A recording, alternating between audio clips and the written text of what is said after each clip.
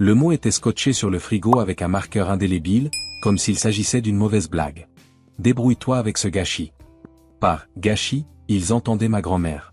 Par débrouille-toi, ils entendaient regarde-la mourir en silence. Ils étaient tous partis pour la côte. Mes parents, ma sœur, et même mon oncle qui n'était pas venu depuis 6 ans. Ils avaient fait leur valise, claqué la porte et démarré le SUV que nous partagions tous. Aucune course laissée derrière eux. Pas d'argent. Juste l'odeur âcre de l'abandon et une maison silencieuse, pleine de l'écho des trahisons. J'ai trouvé grand-mère le lendemain matin, semi-consciente, les lèvres gercées, le souffle court. Sa bouteille d'oxygène était vide, son eau intacte. Elle n'avait rien mangé depuis 2 jours. La seule chose plus forte que son silence était le bruit de ma propre culpabilité qui montait dans ma poitrine comme un cri que je ne pouvais laisser sortir. J'ai couru à la cuisine, téléphone en main, composant le 15. Mais sa main a bougé. Des doigts glacés ont agrippé mon poignet avec une force qui ne correspondait pas à son état. Sa voix était rocailleuse lorsqu'elle a chuchoté « N'appelle pas les médecins. Regarde sous la commode. Ensuite, tu comprendras pourquoi ils reviendront en rampant. » Je me suis figé. « Grand-mère, tu as besoin ?»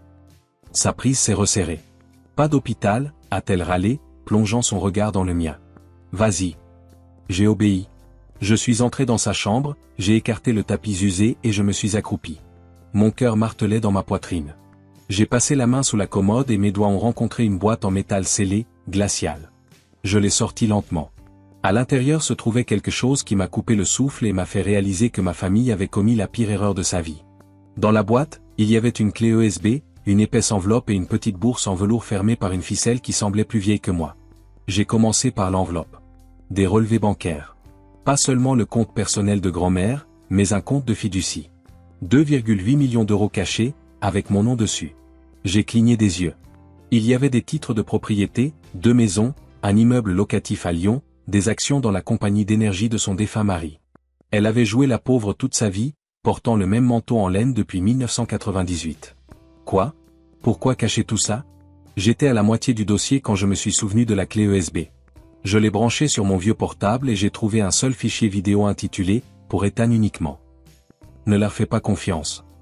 Mes doigts tremblaient en appuyant sur lecture. Grand-mère était dans son fauteuil. Même robe de chambre à fleurs, mêmes yeux froids et calculateurs. Ethan, dit-elle, la voix forte et lucide. Si tu regardes ceci, c'est qu'ils m'ont laissé pour mourir. Comme prévu. Elle n'a pas scié. Je n'ai jamais oublié ce qu'ils ont fait à ta mère. Comment ils ont ri à son enterrement. Comment ton père a falsifié son testament.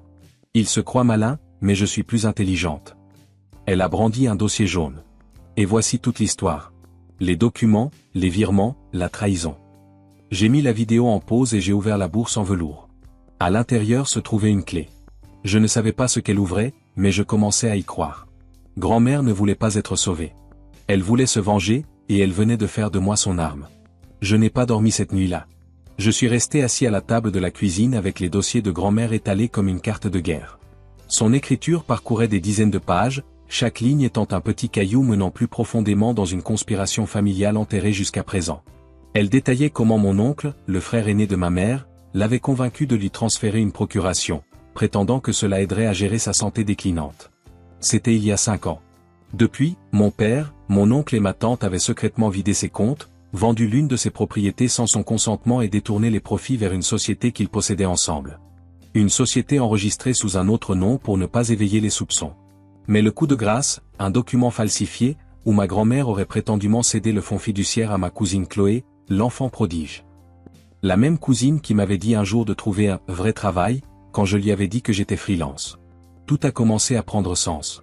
La famille ne m'avait pas laissé m'occuper de grand-mère par amour ou par confiance. Ils pensaient qu'elle allait mourir. Et quand ce serait fait, ils prévoyaient d'arriver, de tout réclamer et de sourire pour les photos de l'enterrement. Mais grand-mère savait. Elle avait mis tout cela en branle, un piège silencieux et calculé, et je venais de trouver l'appât. Cette clé dans la bourse?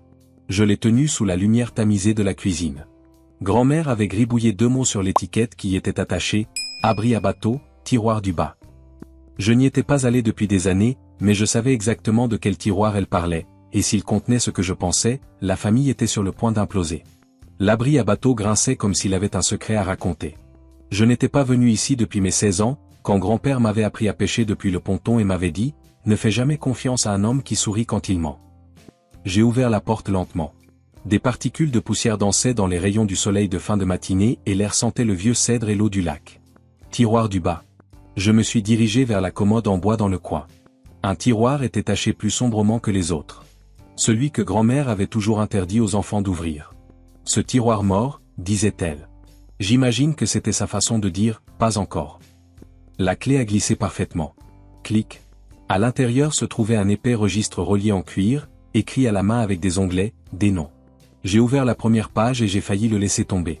C'était un registre de chaque retrait non autorisé effectué sur le patrimoine de grand-mère. Date, montant, numéro de compte, adresse IP, et même les lieux de connexion. Ce n'était pas juste des notes. C'étaient des preuves irréfutables. Et grand-mère avait signé chaque page avec un sceau notarié. C'était le bouton d'autodestruction. J'ai tourné la page. Des photos. Ma tante signant un document qu'elle prétendait n'avoir jamais vu. Ma cousine Chloé au guichet d'une banque déposant des fonds étiquetés, dispersion de fiducie. Et enfin, la dernière enveloppe. Elle était scellée, adressée au bureau du procureur de la République. Confidentiel, cas d'abus de faiblesse et d'extorsion financière. Je me suis adossé. Grand-mère avait passé 5 ans à rassembler tout ça, à attendre, à planifier. Ce n'était pas juste un piège. C'était une exécution légale.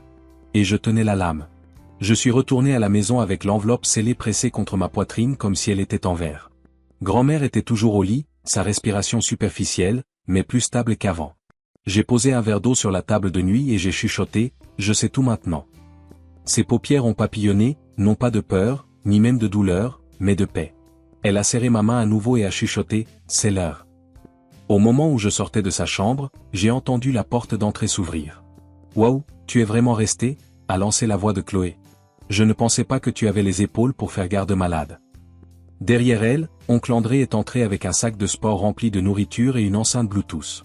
Un peu de jazz pour détendre l'atmosphère, a-t-il dit, enjambant nonchalamment le tuyau d'oxygène de grand-mère comme si c'était un déchet.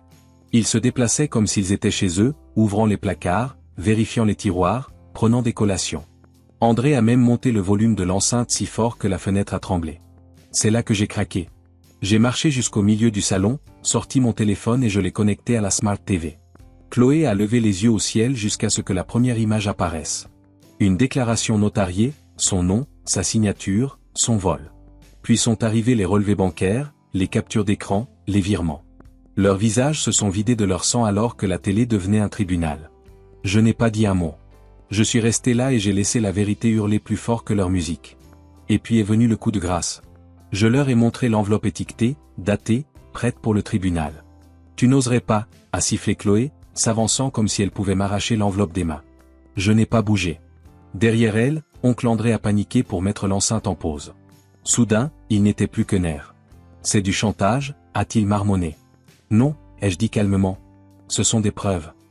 La pièce était glacée. Le seul son était le faible bourdonnement de la machine à oxygène de grand-mère depuis le couloir et la lente prise de conscience qu'ils étaient démasqués. J'ai des sauvegardes, ai-je ajouté, posant doucement l'enveloppe sur la cheminée. Mais je me suis dit que j'allais vous donner une chance. Le visage de Chloé s'est tordu. Une chance de quoi? De rendre ce que vous avez pris, ai-je dit. De vous excuser. De partir et de ne plus jamais mettre les pieds près de grand-mère. Chloé a commencé à rire. Tu crois que cette petite présentation nous fait peur? J'ai attrapé la télécommande et j'ai appuyé sur lecture à nouveau. Une vidéo a commencé. Images de vidéosurveillance. Leur voiture, le coffre ouvert, traînant des boîtes d'antiquités marquées « Objet de succession ». Daté du jour où grand-mère s'est effondrée. La mâchoire d'André est tombée. Où as-tu eu ça? La caméra du voisin, ai-je dit, celle dont vous vous moquiez parce qu'il était trop paranoïaque. Je me suis approché et j'ai repris l'enveloppe. Voici le marché. Vous rendez tout. Vous admettez ce que vous avez fait par écrit ou je porte ça devant le tribunal et le moindre centime que grand-mère vous destinait s'évaporera en frais de justice et en poursuite pénale. André transpirait déjà.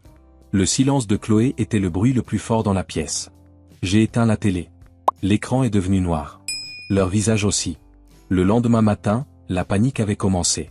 Chloé a envoyé un email de 4 paragraphes intitulé « Malentendu familial ». Oncle André a appelé 2 fois, laissant des messages vocaux qui commençaient par des excuses et finissaient par des menaces. Je n'ai répondu ni à l'un ni à l'autre. À la place, je suis entré dans la chambre de grand-mère. Elle était assise, alerte. « Ils ont vu la vidéo » a-t-elle demandé, la voix encore rauque. J'ai hoché la tête. et ils savent que tu n'es plus sans défense. Elle a souri faiblement. Bien. Ce qu'elle a dit ensuite est resté gravé en moi. Il me traitait comme un meuble, mais une chaise ne laisse pas de testament.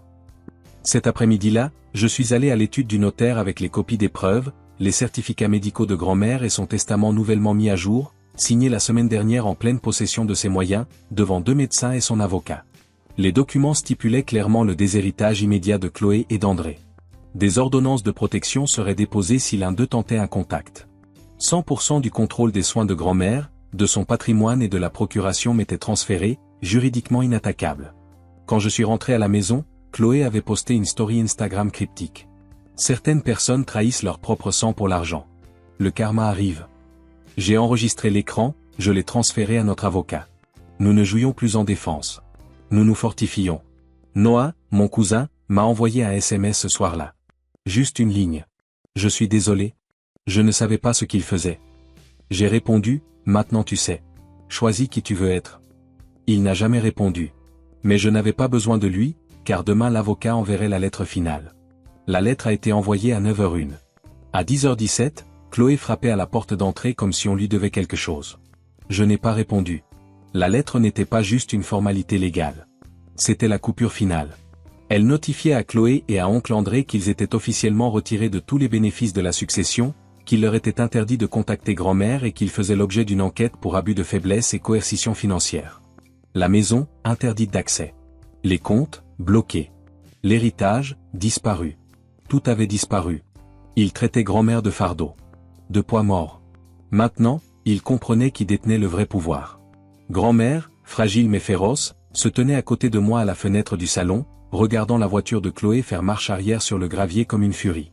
Elle a expiré lentement, comme si ses poumons se dilataient enfin après des années de compression. « Tu crois qu'ils reviendront ?» ai-je demandé. Elle a souri. Pas sans un avocat. Nous avons ri tous les deux. Cette nuit-là, je me suis assis sous le porche en regardant le ciel.